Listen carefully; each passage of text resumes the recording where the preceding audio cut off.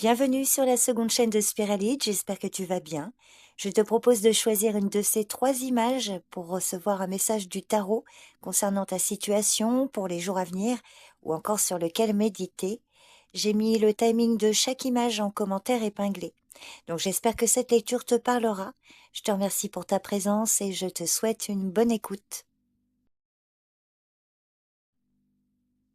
La Reine d'épée. Cette carte peut indiquer que tu es dans un état d'esprit où la vérité et l'honnêteté envers toi-même et envers les autres sont primordiales. Par exemple, si tu es célibataire, tu as atteint un niveau de compréhension de tes propres besoins et désirs qui te rend particulièrement sélective ou sélectif dans tes futures relations. Si tu es en couple, la reine d'épée peut signifier que la communication ouverte et honnête est au cœur d'une relation. Elle t'encourage, enfin de ta relation de couple, elle t'encourage à aborder les problèmes de front avec intelligence et sans détour. Alors cependant, cette carte peut aussi mettre en lumière le besoin de maintenir ton indépendance au sein de cette relation. Alors côté travail, la reine d'épée indique une période où tu dois appliquer ton jugement pour trancher dans les situations complexes et de ne pas craindre de prendre des décisions difficiles. Cette carte t'encourage à rester fidèle à tes principes et à utiliser ton intelligence et ton impartialité. Concernant le domaine matériel et financier, cette carte indique que c'est le moment d'examiner tes finances avec objectivité, de couper les dépenses superflues et de planifier pour l'avenir. Cette carte peut aussi indiquer que ta clarté d'esprit te permet de découvrir des opportunités d'investissement non conventionnelles ou de résoudre des problèmes financiers persistants. Donc, quelle que soit ta situation, la reine d'épée symbolise une période de communication honnête et directe. C'est vraiment une carte qui t'encourage à être clair dans tes intentions et à maintenir des standards élevés dans tes relations. C'est un moment pour affronter aussi les problèmes avec courage, en favorisant une atmosphère où chacun peut s'exprimer librement.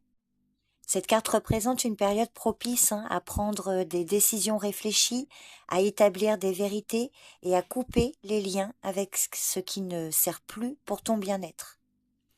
Elle peut indiquer aussi qu'il est temps pour toi de prendre des décisions importantes, mais avec sagesse et discernement. Et puis enfin, cette carte peut parler d'une personne de ton entourage.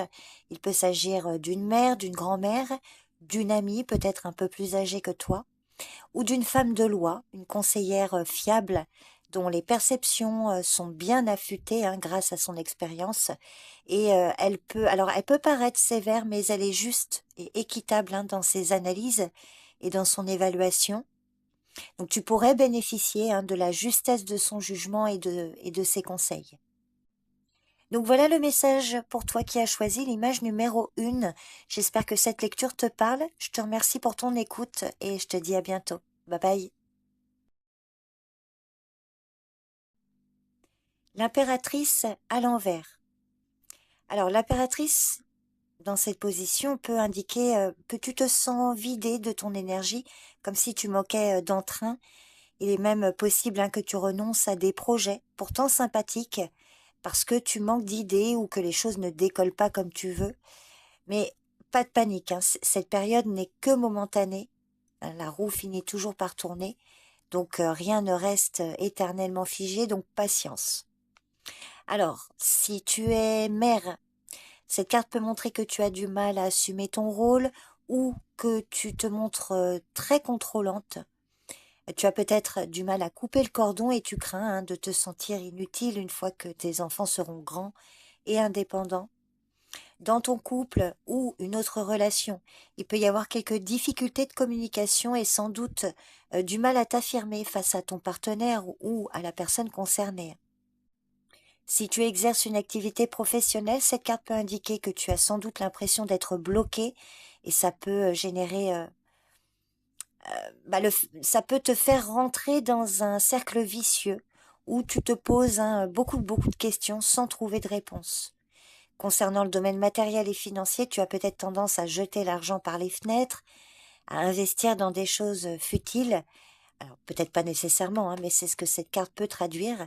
Donc si ça te parle, là, l'impératrice va t'inviter à plus de prudence et à dépenser ce que tu possèdes en toute conscience.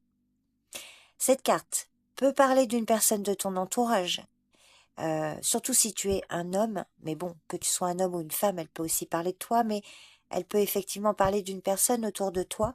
Donc souvent une mère autoritaire qui a du mal à laisser ses enfants prendre leur indépendance, une mère étouffante, ou alors une amie ou quelqu'un avec qui tu es en contact peut se montrer jalouse, capricieuse, possessive, afin de garder le contrôle sur toi, sur les autres, même d'ailleurs de façon générale.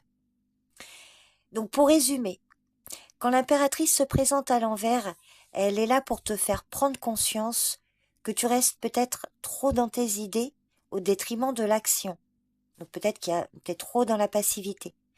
Tu vois, cette carte évoque souvent des difficultés à agir. Tu t'éparpilles et tu n'avances pas.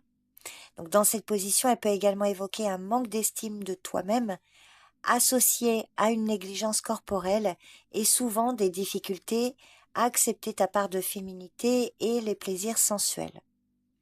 Donc vois si ça te parle et quels sont ce que tu peux amorcer pour changer tout ça. N'hésite pas à me faire un retour sur cette lecture. Je te remercie pour ton écoute et je te dis à bientôt. Bye bye.